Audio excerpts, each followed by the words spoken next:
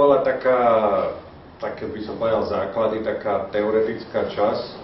To mi dalo veľmi veľa takisto, pretože mi to pospájalo veci, ktoré som už vedel iným pohľadom a naozaj som tam pochopil nie jednu, ale viacej veci. Po obede prerobil som si komplet obchodný rozhovor, aj uzatváranie. Na ďalšie aktivity to ešte spravím a ten predaj naozaj nie je ťažký, keď sa použije tento postup. Keď človek vie, čo chce a naozaj chce pomôcť ľuďom, tak to je to hra.